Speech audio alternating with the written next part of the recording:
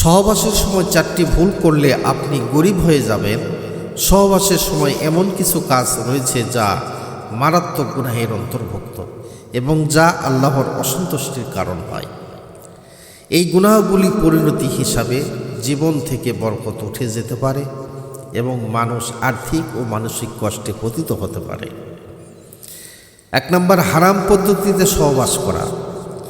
স্ত্রী বায়ুপথে বা মলদ্বারে সঙ্গম করা ইসলামে একটি কঠোরভাবে নিষিদ্ধ, হারাম এবং অভিশপ্ত কাজ। এটি প্রকৃতির বিরুদ্ধে এবং একটি মারাত্মক গুনাহ। যে ব্যক্তি আল্লাহর নির্ধারিত সীমার লঙ্ঘন করে তার জীবন থেকে বরকত উঠিয়ে নেওয়া হয়। রাসূলুল্লাহ সাল্লাল্লাহু আলাইহি সাল্লাম বলেছেন, মালউনুন মান আতাম রাআতাহু ফি দুবুরিহা। সে ব্যক্তি অভিশপ্ত যে তার স্ত্রীর সাথে মলদ্বারে সঙ্গম করে। এই হাদিসটি সুনানে আবু দাউদ শরীফে লেখা আছে। আল্লাহর অভিশাপ যে ব্যক্তির উপর পড়ে তার জীবনে উন্নতি ও বরকত আসা অসম্ভব। তাই এই কাজ দারিদ্র ও দুর্দশার কারণ হতে পারে। 2 নম্বর, ঋতুস্রাব, হায়েজ অবস্থায় সহবাস করা।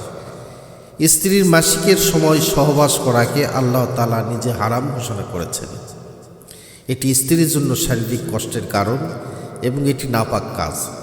আল্লাহ সুস্পষ্ট নির্দেশ অমান্য করা জিকিরের বরকত নষ্ট হওয়া অন্যতম প্রধান কারণ। আল্লাহ পাক বলেন, ওয়ায়াসআলুনাকা আনিল মাহিদি কুল হুয়া আযা ফাআতাজিলুন নিসাআ ফিল মাহিদ ওয়ালা তাকরাবুহুন্না হাত্তা ইয়াতহুরনা। আর তারা তোমাদের ঋতুস্রাব সম্পর্কে প্রশ্ন করে, তুমি বলো তা অশুচি। সুতরাং তোমরা ঋতুস্রাব কালে স্ত্রী সঙ্গম বর্জন করো এবং যতদিন না তারা পবিত্র হয় তাদের নিকটবর্তী হও না। আল্লাহর নির্দেশ অমান্য করে হারাম কাজে লিপ্ত হলে জীবনে সংকীর্ণতা ও অভাব নেমে আসতে পারে। 3 নম্বর, মিলনের গোপনীয় বিষয় মানুষের কাছে প্রকাশ করা। স্বামী স্ত্রীর মধ্যকার একান্ত ব্যক্তিগত মুহূর্তের কথা অন্যদের কাছে বলে বেড়ালে এটা একটি নিকৃষ্ট ও বিশ্বাসঘাতকমূলক কাজ। রাসূলুল্লাহ সাল্লাল্লাহু আলাইহি ওয়াসাল্লাম এই কাজকে কঠোরভাবে নিষেধ করেছেন এবং একে কিয়ামতের দিন আল্লাহর নিকট সবচেয়ে নিকৃষ্ট কাজগুলির একটি বলে উল্লেখ করেছেন।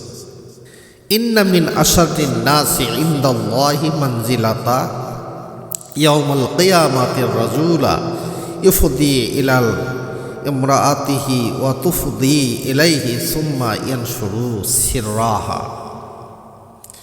কিয়ামতের দিন আল্লাহর নিকট মর্যাদার সবচেয়ে নিকৃষ্ট হবে সেই ব্যক্তি যে তার স্ত্রীর সাথে মিলিত হয় এবং স্ত্রীও তার সাথে মিলিত হয়, অতঃপর সে তার স্ত্রীর গোপনীয় বিষয় প্রকাশ করে বেড়ায়। সহিহ মুসলিমের হাদিস।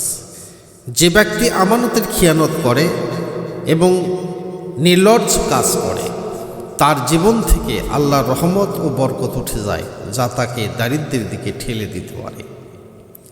4 নম্বর, আল্লাহর স্মরণ ও দোয়া ছাড়া সহবাস করা।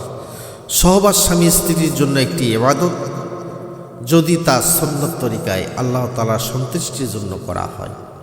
সহবাসের পূর্বে দোয়া পড়া সুন্নাত। এই দোয়ার মাধ্যমে শয়তানের অনিষ্ট থেকে সুরক্ষা চাওয়া এবং যা কিছু অর্জিত হবে যেমন সন্তান তাতে বরকতের জন্য প্রার্থনা করা।